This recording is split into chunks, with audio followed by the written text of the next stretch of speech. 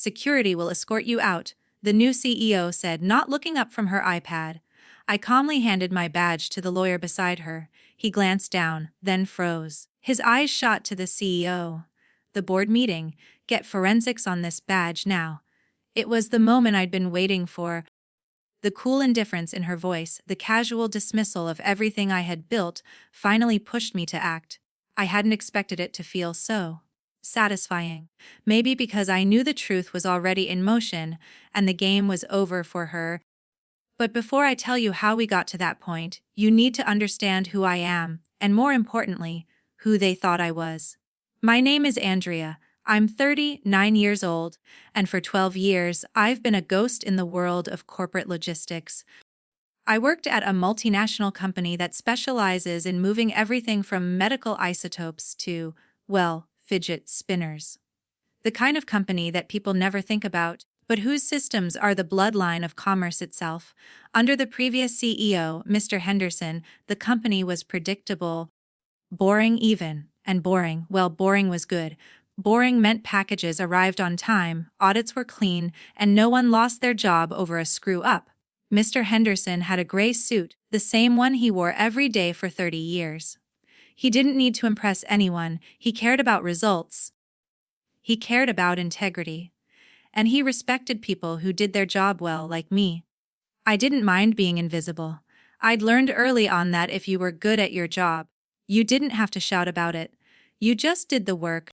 My title, Senior Lead of Operational Compliance, didn't carry much prestige outside the office, but I made sure everything ran smoothly, no illegal imports, no funny business, no shortcuts.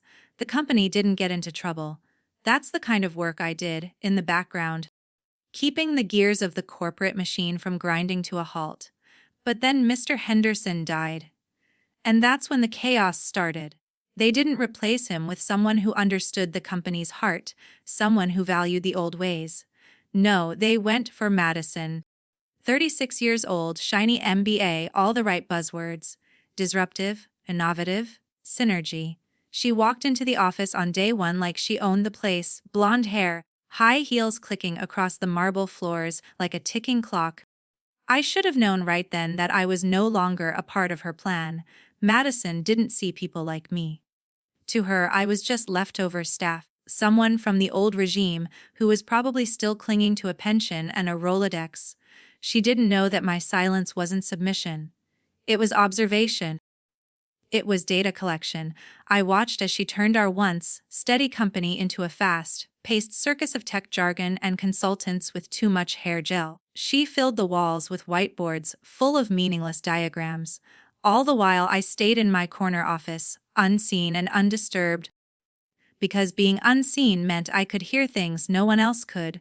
Madison didn't just shake up the company's culture. She broke it apart. We went from steady profits to wild decisions that made no sense. People were fired left and right. And then, the vendors. I noticed it first in the approval logs for new partners. I've seen it before in other companies, people trying to push things under the rug, make deals with shady businesses that could blow up in everyone's faces. But here's the thing about compliancy, if it doesn't look right, it isn't right. And I wasn't about to let her drag us down. Just file it, Tyler, Madison's right-hand man, had said one day, waving away my concerns about a vendor with no website or proper certifications. He had that dismissive laugh, the kind that told me he didn't care about the details. But I did. The details mattered. It was then I started keeping a log, an unofficial one. Every time they bypassed protocol, every time they ignored a regulatory flag, I wrote it down. I made sure I kept track of everything, because as far as they were concerned, I was just legacy staff. A relic. But I had something they didn't: history. I had access to the blueprints of this company, the foundation they thought they could destroy without consequences. And that was when the real game began. I knew the risks. I knew what could happen if they found out what I was doing. But I also knew I couldn't just stand by and let them wreck everything, not when I was the only one left who understood how fragile the system really was. So, I sat back, watched them fumble with their tech-driven dreams, and waited for the moment I would show them exactly what happens when you forget the rules. I didn't have to look up to see it coming, I could feel it. And when that moment arrived, it wasn't just about saving the company anymore. It was about saving myself. I started noticing the red flags almost immediately. At first, they were small, nothing that seemed to warrant immediate attention, but enough to make me suspicious. Madison had a way of pushing decisions through without consulting anyone who actually understood the logistics of the business. It was as though the more complicated things got, the more she enjoyed the chaos. The first issue I spotted was a new vendor approval that bypassed our standard vetting procedures. I glanced over the documents and immediately recognized something was off. The company had no website, no social media presence, and most damning of all, no real business history. A quick check on the regulatory databases came up empty. They had no DUNS number, no tax identification. I frowned and pulled up the invoice. A consulting firm based in the Cayman Islands. It was a gut feeling, but something about it reeked of danger. I made my way to Tyler's office, hoping to get some clarification. Tyler was Madison's right-hand man, a guy in his early 40s who always wore a vest and rarely made eye contact. He was a slick talker, always quick to brush off any concerns, but I knew better than to take him at face value. "Tyler," I said, pushing open the door. He barely looked up from his monitors. "What's the deal with this vendor for the fleet GPS upgrade? They don't have a DUS number. They don't have a website. Who are they?" He leaned back in his chair and let out a dry, dismissive laugh. "Kelly, you're thinking too logically. We're moving fast. We don't have time for red tape." Madison approved it. "Just file it. Just file it." I repeated, my voice steady but cold. "It's not red tape, Tyler. It's federal law. We're moving hazardous materials across borders, and these people aren't certified." Tyler didn't even flinch. "Listen, we're in a pivot. We can't afford to get bogged down by every little detail." Madison approved it. "It's happening, Kelly." I didn't back down. "I'll take it up with her, then," I said. But I knew he was right. Madison had the final say, and she wasn't interested in the details. She wanted results, even if they were illegal. But I couldn't let it go. This wasn't just another minor mistake. If I didn't stand up now, we'd be on a path that could lead to something much worse. As I left Tyler's office, I felt that familiar tightness in my chest. It wasn't fear. It was a cold, calculated certainty that I was about to have to choose between compliance and my job. But I wasn't the type to back down. I never had been. Over the next few weeks, I continued to watch. And what I saw made my stomach twist with dread. Madison's push for speed, her insistence on cutting corners, and silencing anyone who questioned her, wasn't just reckless. It was dangerous. The company's core logistics, the backbone of our entire operation, were being gutted to make room for her flashy new tech initiatives. They'd fired veteran dispatchers and replaced them with an AI algorithm that couldn't even handle basic routing. One truck full of insulin got rerouted through the desert in the middle of July. That wasn't just incompetence. It was negligence. But Madison didn't care. To her, it was all about the optics, the shiny, tech-forward future that she could sell to investors. The company wasn't dying, it was evolving, and if people got in the way, well, they'd just be removed. I started taking notes, not official ones. I wasn't sending memos to HR or filing reports. I kept a private log, a shadow document where I tracked every decision, every shady vendor, every misstep that I saw. I saved copies of emails that were sent through unsecured channels. I recorded meeting notes where they'd openly discussed cutting safety protocols to save on insurance costs. And all the while, Madison stayed above it all, in her ivory tower, blissfully unaware that I was quietly assembling the evidence that would eventually bring her down. It was around this time that I started hearing whispers about a new initiative from the board. Project Glasshouse, they called it. It was a fail-safe they'd put in place after a corruption scandal involving one of our regional managers a few years back. They'd given me a special badge back then, one that looked just like everyone else's, but had a hidden layer of encryption. Every time I swiped it into a secure room, it didn't just unlock the door. It recorded everything that happened in that room, who was present, how long they stayed, and what documents were projected on the screen. It was a digital notary, an immutable record that could never be erased. When they handed me that badge, they told me it was to protect the company from future scandals. They didn't tell me it would become my weapon. At first, I didn't use it. I didn't need to. I was still just a ghost, floating under the radar, doing my job. But as Madison's decisions grew more reckless, I realized I had something they didn't proof. I wasn't just watching anymore, I was recording. Every time they violated regulations, I had it all logged. Every illegal vendor, every shady contract, it was all in there. I hadn't meant for it to go this far, but now that I had the evidence, there was no turning back. And as the days passed, I felt the walls closing in. Madison wasn't just dismantling the company, she was erasing its soul, and I couldn't let her get away with it. Not without a fight. The first sign that I wasn't the only one who noticed came when I saw the coffee machine disappear. For years, we had a contract with a local vendor that supplied the break rooms with decent fair trade coffee. It was a small perk, but it mattered. It was part of the culture.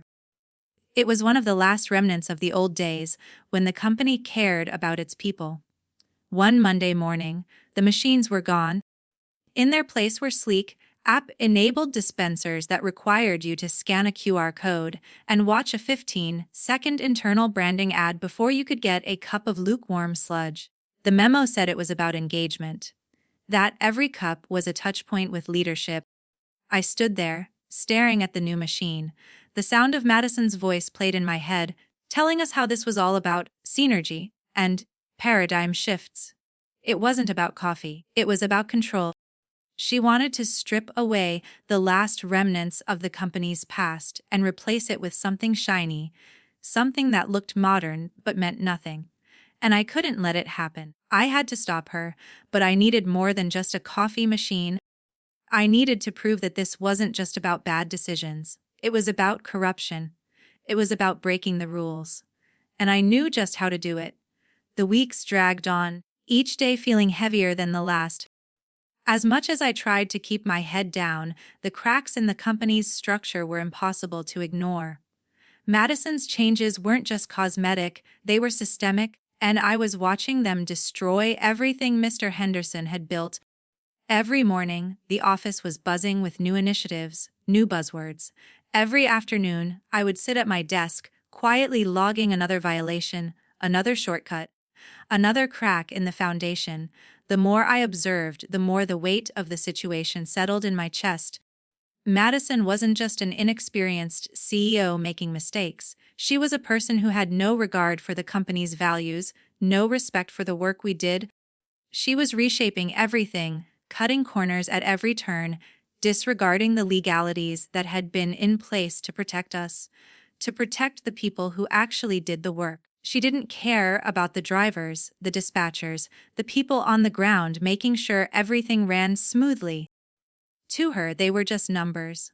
Her focus was on image, on tech, on looking modern and innovative, even if it meant putting the entire company at risk.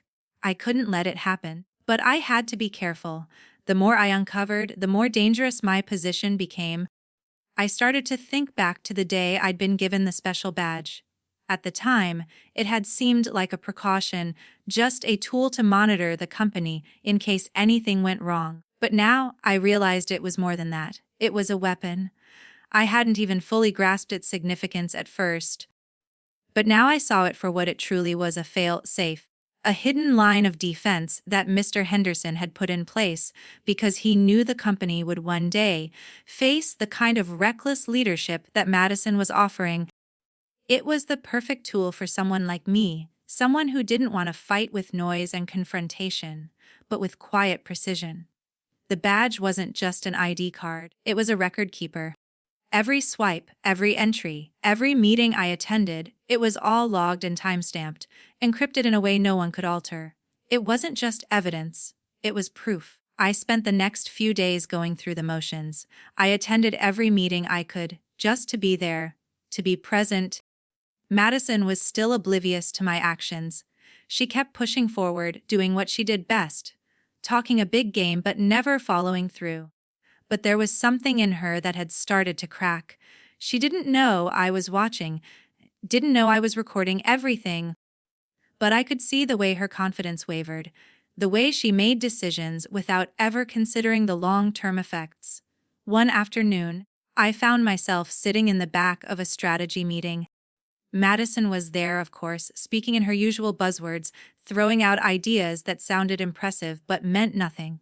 Tyler was there, too, his eyes glazed over, clearly bored.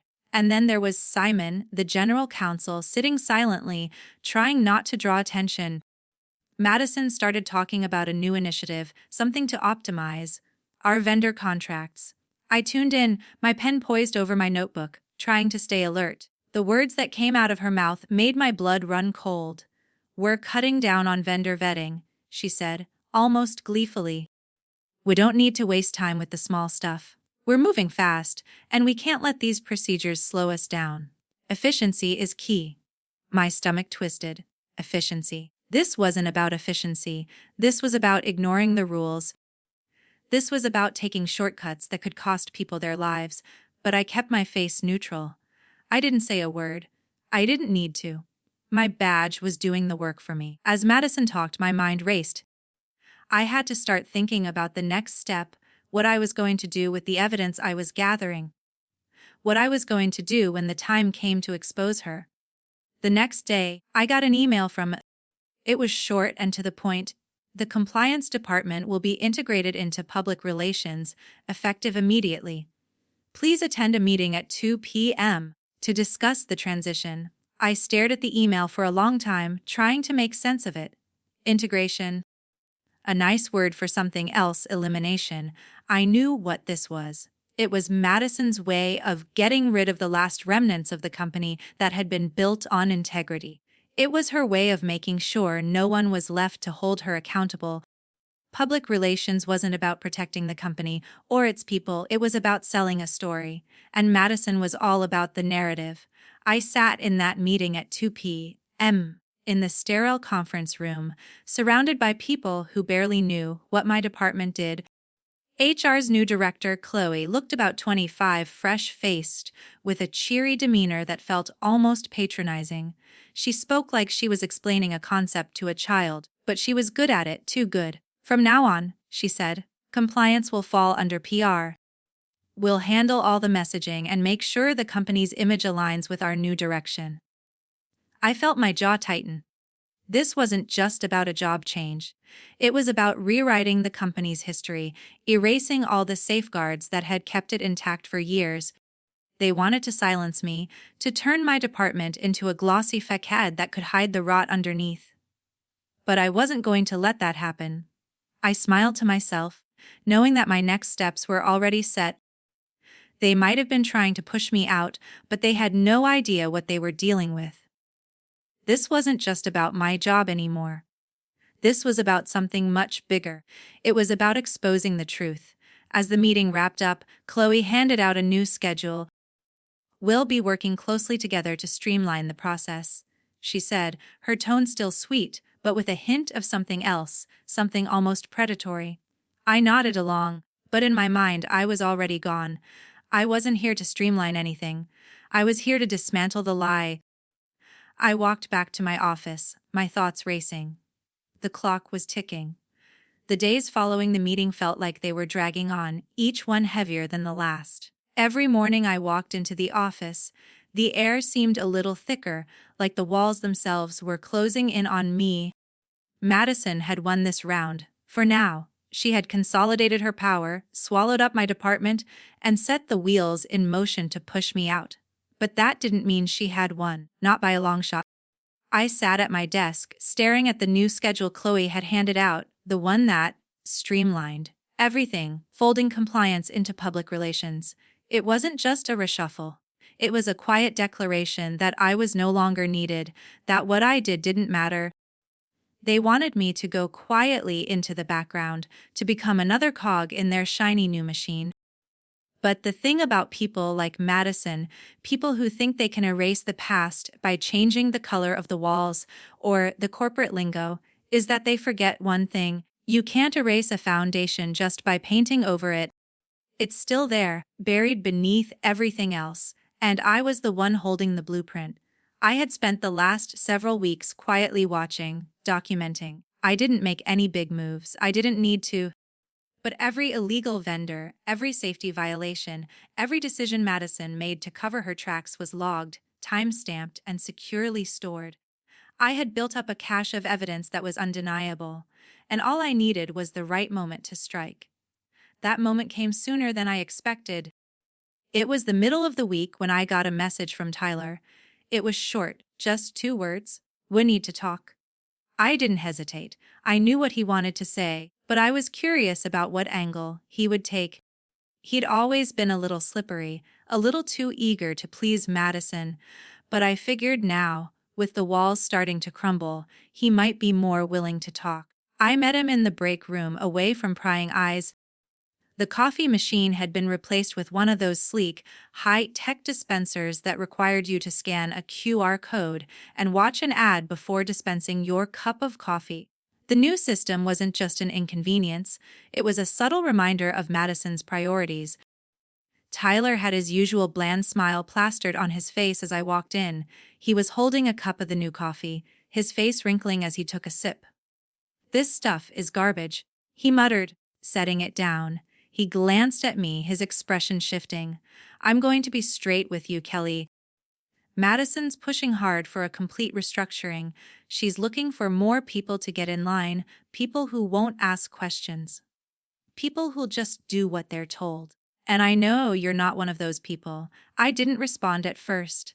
I just let the silence stretch between us. Tyler took a deep breath and continued. "Look, I've been hearing things. Madison's not exactly what she seems. I don't know if you've noticed, but she's not exactly playing by the book. But I can't say anything, not out loud, not without risking my career. You, on the other hand, you've got a bit of leverage, don't you?" I nodded slowly. "I do. I've been keeping track of things. The things Madison doesn't want anyone to notice." Tyler's eyes flicked to the door before lowering his voice. "I'm telling you, Kelly, she's got no idea what she's doing. She's running this company into the ground, but she's got everyone fooled, you know. Investors are all in, and the board's too scared to say anything." I leaned forward, my voice barely above a whisper. "That's exactly why I can't let this go. I'm not going to sit here while she makes decisions that could ruin everything." Tyler nodded, looking a little relieved. "I know. But you've got to be careful. If you go after Madison, she won't just fire you, she'll burn you. She's got too much power. She won't go down quietly." I wasn't surprised by his warning. I'd been prepared for this, for the fight I knew was coming. But I couldn't back down now. Not when everything was on the line. "I'm not scared of her," I said. "And I'm not going to let her tear this company apart." Tyler looked at me for a long moment, his eyes shifting. "What are you going to do?" "I'm going to expose her," I said. "And I'm going to use every bit of evidence I've got to make sure she can't escape." He swallowed hard. "And me? What do you want from me?" "Your silence," I said simply. "I'll need your help when the time comes, but right now, I need you to stay out of it. If you get involved now, you'll get caught in the crossfire." Tyler seemed to think it over for a moment before nodding. "All right, I'll stay out of it for now. But when it hits the fan, I want out. I don't want to be tied to this when it all comes crashing down." "You'll get your chance to walk away," I promised. "But right now, we both need to be patient." He nodded, his gaze shifting uncomfortably. "All right, Kelly, I'll keep my head down, but just remember you're playing with fire." "I know," I said, "and I'm ready to get burned." We parted ways, and as I walked back to my office, I felt a surge of adrenaline. This was it. The stakes had been raised, and there was no turning back now. I couldn't stop. I wouldn't stop. Not until I had exposed Madison for who she really was, someone who didn't care about the people who worked for her, someone who would destroy the company if it meant her own success. The only question left now was how far I was willing to go to bring her down. The next few days were a blur of calculated movements. I kept my head down, doing my job as usual, pretending to go along with the changes, pretending that Madison's restructuring wasn't as catastrophic as it really was. But inside, I was a coiled spring. Every meeting I attended, every email I read, I was watching them, studying their movements. And they were oblivious to what I had in place. Madison's ego had grown to monstrous proportions. She believed she could do no wrong, that her way was the only way. I couldn't help but watch as she steamrolled over the employees who actually understood how the company worked, replacing them with her yes men. It was the kind of arrogance that only comes when you have no clue how deep the mess is that you're about to make. But I didn't need to rush. My plan was already in motion. I just had to wait for the right moment to reveal what I knew. One afternoon, I found myself alone in the office. The hum of the fluorescent lights above me was the only sound in the otherwise quiet room. It was the calm before the storm. I had just finished going through some more vendor contracts when my phone buzzed with a message from Jessica. Just heard a rumor. Madison's about to pull a major move with the board. Think they'll approve it this time. I quickly typed back, she's getting bolder. What's the move? Jessica's reply came almost immediately.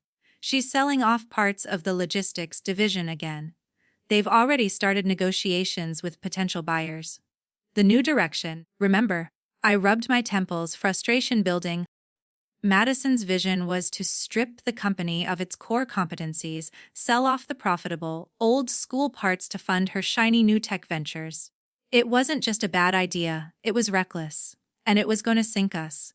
But Jessica's message wasn't what made my heart race. It was the next part of her text. There's more. Word is, she's planning to fire a bunch of the old guard, including you. They'll say it's for the company's future. Just a heads up. I stared at the screen, my fingers gripping the phone so tightly my knuckles whitened. I had known this day would come. I had known that eventually they would target me. It was inevitable. But hearing it from Jessica, it felt like the walls were closing in on me. Still, I couldn't afford to let panic set in. I had been preparing for this. I stood up, walking to the window of my office and looking out over the city. The skyline stretched out in front of me, the familiar sight of the office buildings and the traffic below a reminder of what I was fighting for. The company wasn't just a job, it was my life's work, and I couldn't let Madison destroy it. But now I had no more time to wait. I had to act. I pulled out the folder where I'd kept track of everything, every shady vendor, every misstep. I reviewed the timestamps and logs, double-checking that everything was in order. I needed to be certain that when the time came to confront them, I would have irrefutable evidence. I didn't know what Madison was planning next, but I had a feeling it would be her final move. If she tried to push me out now, I would push back. Hard. I wasn't going to let her destroy the company I had fought so hard to protect, not without exposing her for who she truly was. That evening, as I sat in my office, the weight of everything that was about to happen pressed down on me. I knew the risk. If I was wrong, if I was exposed, my career, my reputation, everything would be gone. But the more I thought about it, the more I realized there was no other choice.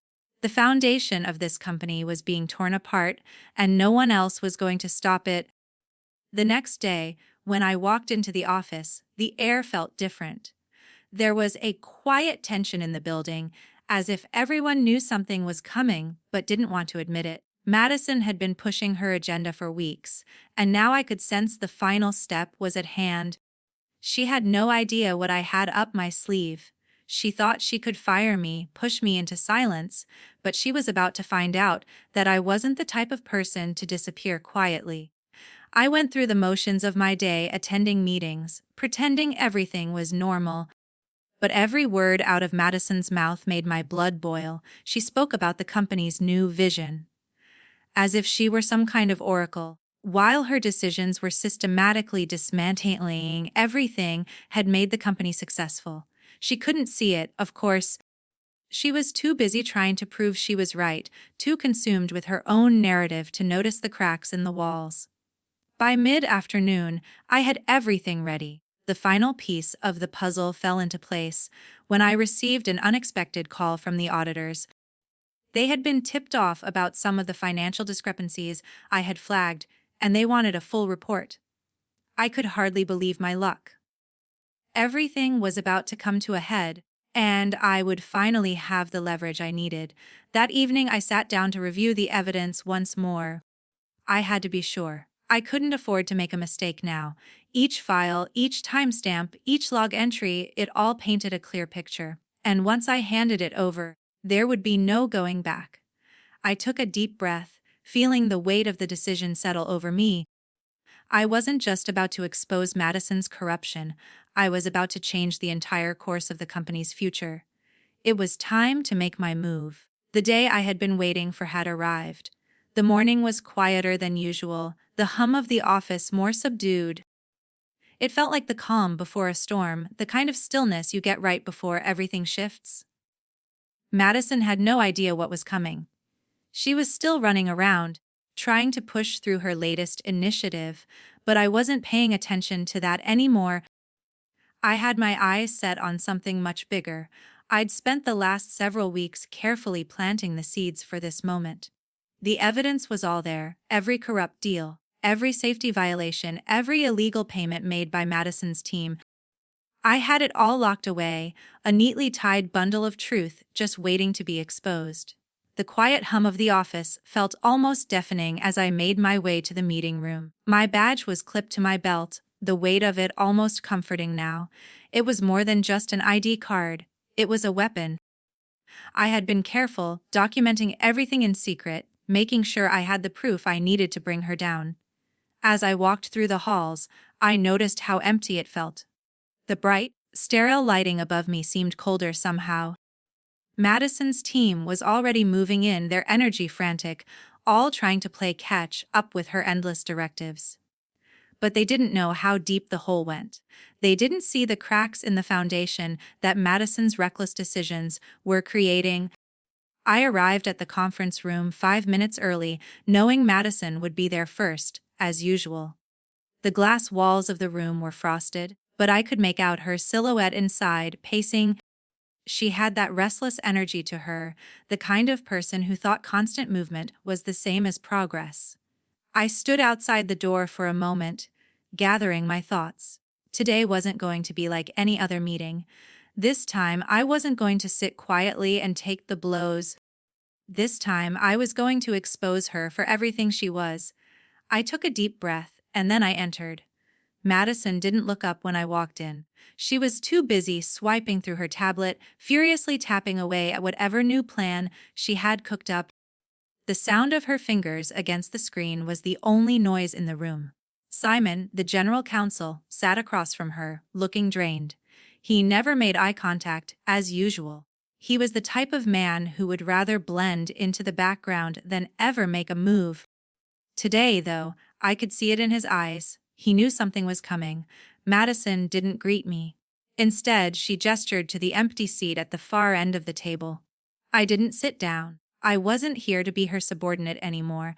I wasn't here to be treated like furniture. I've made the decision to terminate your role, Kelly, Madison said, finally glancing up from her tablet, her voice cold and dismissive. The company is going in a new direction, and we need people who can keep up. People who don't get in the way of progress. Her words were calculated, each one meant to put me in my place, to make me feel small. It was as if she thought that firing me would somehow make her feel more powerful. But she didn't know that I had been waiting for this moment. I had been preparing for it. You can't just get rid of me, Madison, I said, my voice steady. I wasn't going to let her rattle me. You can't just erase everything I've built. Her lips curled into a sneer. I think you'll find that I can, Kelly. I've already signed the termination papers and Simon has the paperwork. It's done? I didn't move. I didn't blink. I stood there, my hands clasped together in front of me, and watched her for a moment. Madison was still sitting there, too smug for her own good, not realizing that the walls were closing in around her. It was time. I took a step forward, reaching into my pocket and pulling out the manila folder I had been holding onto for weeks.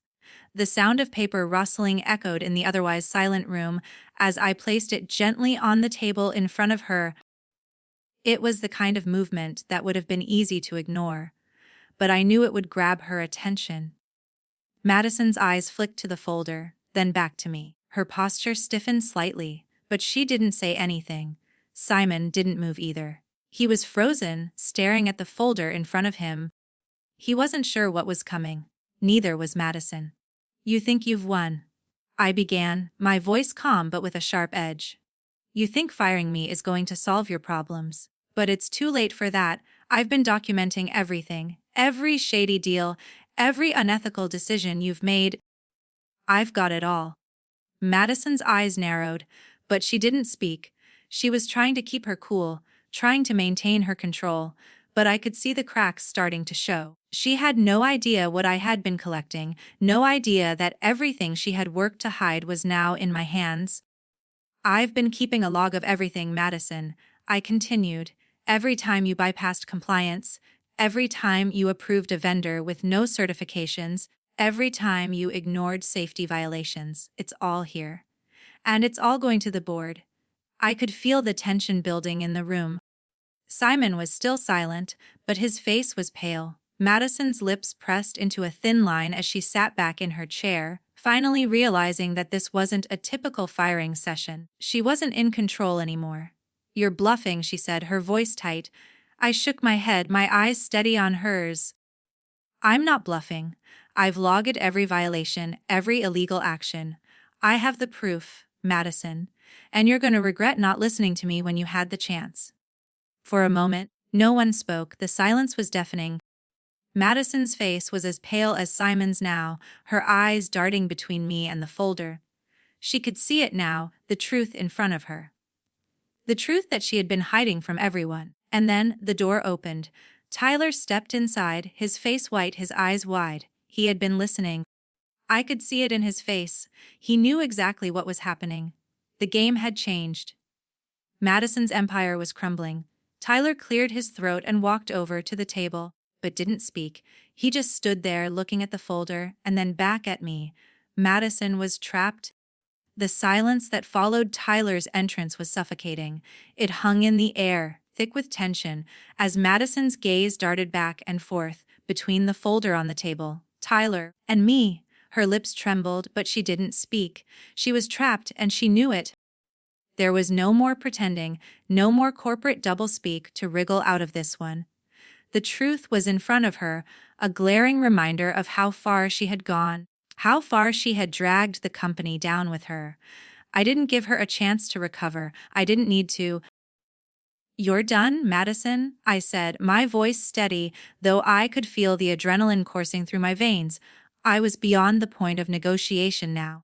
This wasn't about getting her to listen to reason. This was about exposure.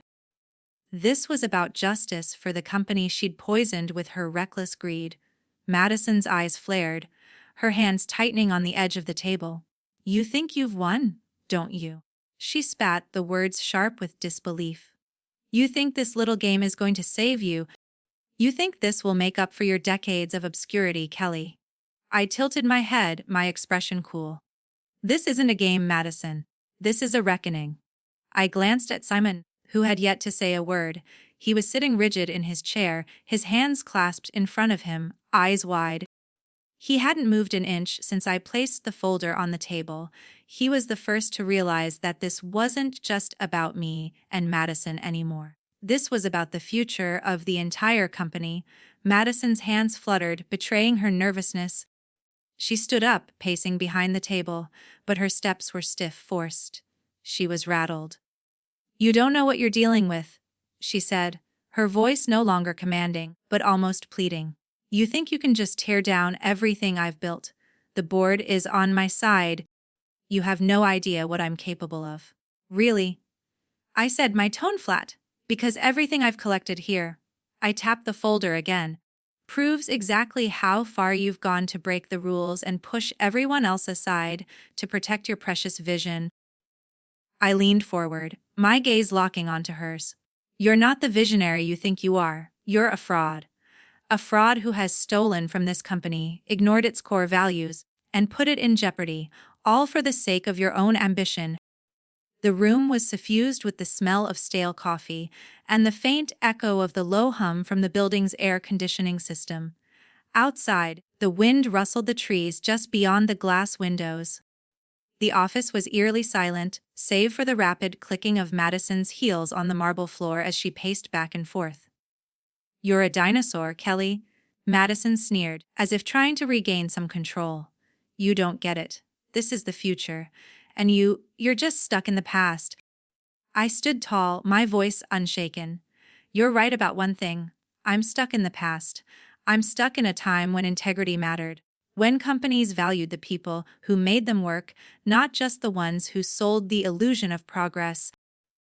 When the focus was on doing things the right way, not the fastest way." She opened her mouth, probably to spew another round of dismissive rhetoric, but before she could, I turned my attention back to Simon. His face was a mixture of confusion and fear. "Simon," I said, "you need to understand something here. This isn't just about corporate politics. This is about something bigger. This is about the lives of the people who depend on this company, the dispatchers, the warehouse workers, the drivers. You're playing with their futures, and for what? A shiny new app." He didn't respond immediately, but I could see it in his eyes. He wasn't sure what to believe anymore. For so long, he had been in the background, handling the legal stuff, making sure everything was official. But now the truth was laid bare in front of him.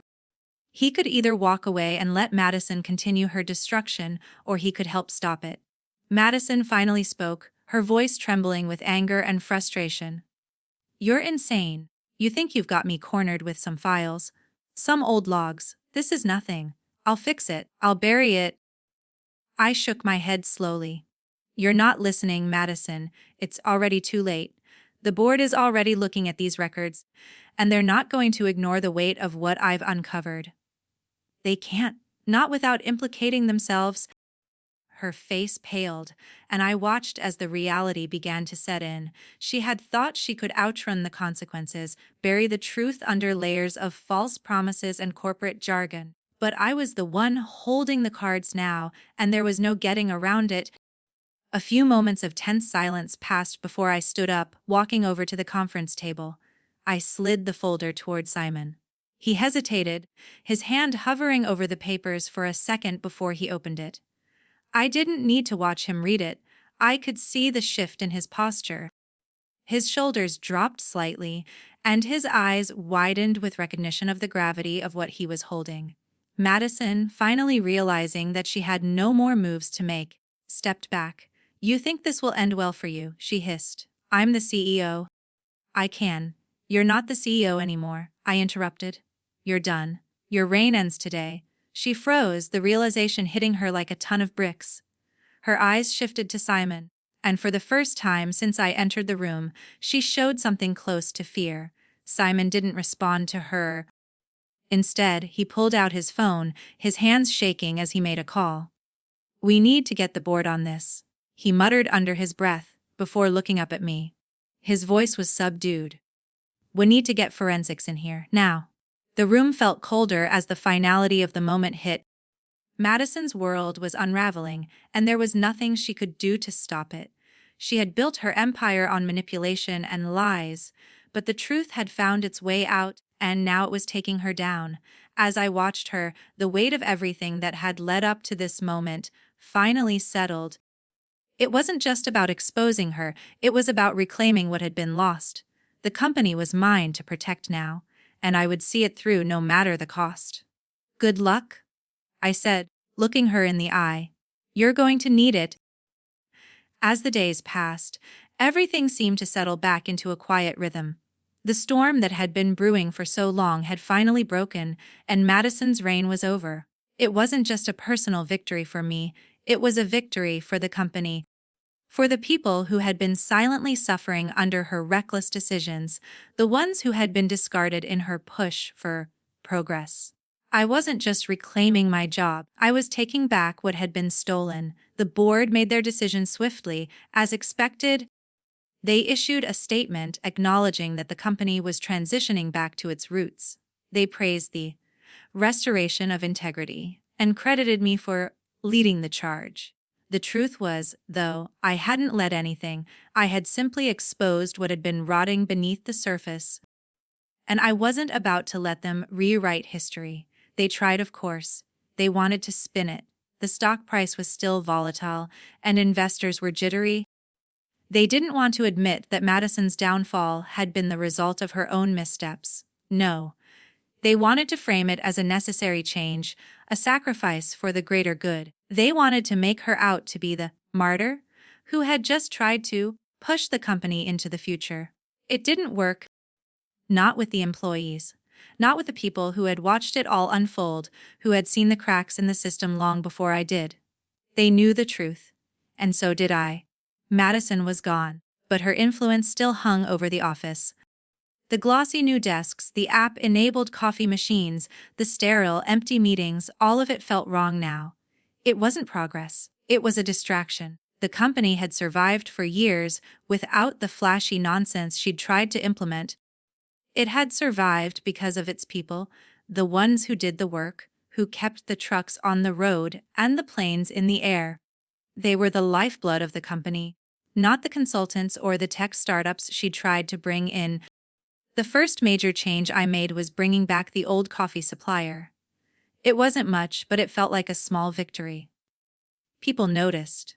They came into the break room, saw the familiar brand, and there was a collective sigh of relief.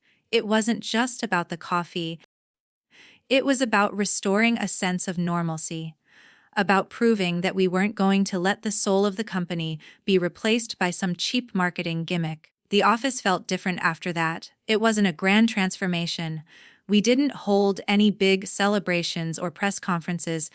It wasn't necessary. The work spoke for itself. People started talking again. Real conversations, not just about the latest, disruptive initiative or some buzzword-driven project.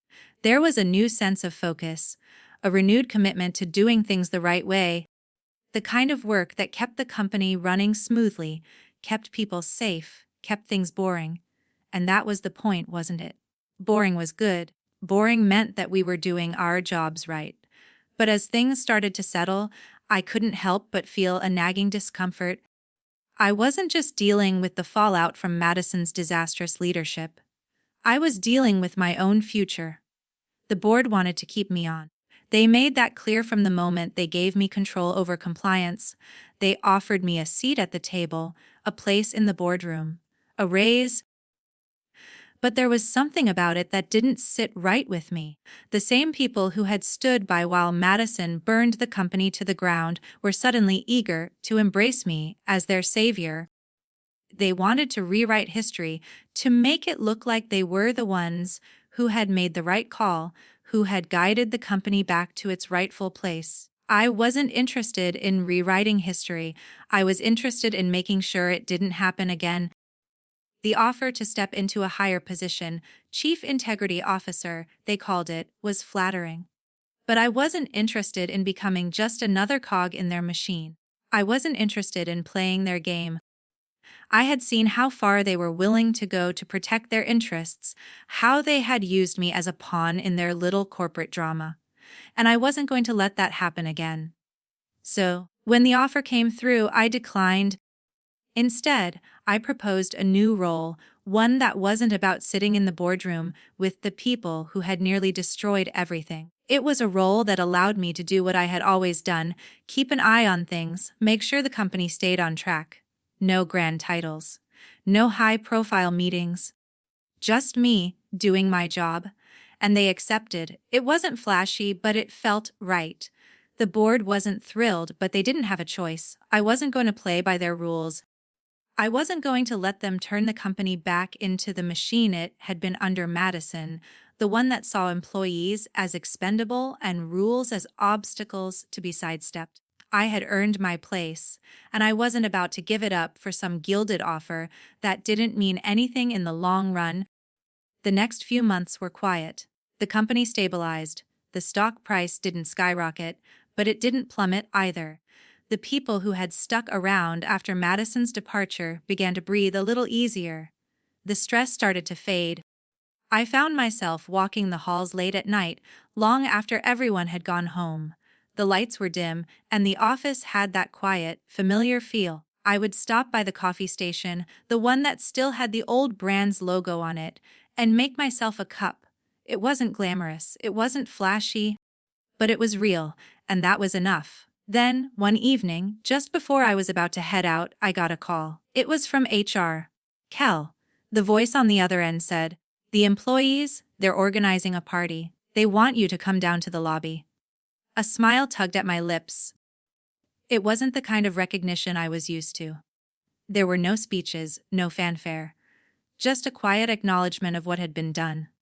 When I stepped into the lobby, I saw them all: dispatchers, drivers, warehouse workers, junior analysts. They weren't cheering or clapping. They were just standing there looking at me, and then, one by one, they nodded. It wasn't applause, but it was something better. It was respect.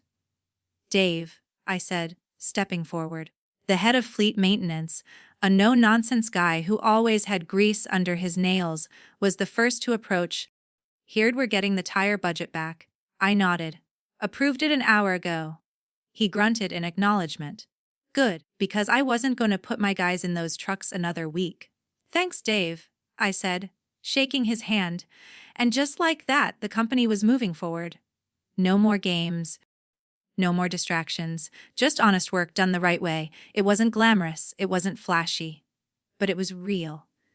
And it was mine. A few weeks later, I was sitting in my office, staring out at the city, when I got an email from the board. They wanted to meet. The chairperson, Vance, wanted to talk about my future with the company. I had a feeling I knew where this was headed. But when I walked into the meeting room, they weren't offering me a golden parachute. They weren't trying to buy me out. They were offering me a new role, one that was mine, not theirs. Chief Integrity Officer. I took the job, but not on their terms. On mine. I wasn't going to let them forget who had saved the company from Madison's wreckage. As I stood at my window that night, looking out at the quiet hum of the city, I knew one thing for sure: I wasn't going anywhere. This was my company now, and I was going to make sure it stayed that way. The elevator dinged as it came down the hall. "Going down?" the voice asked as I stepped into the car. "No," I said, smiling to myself. "We're staying right here."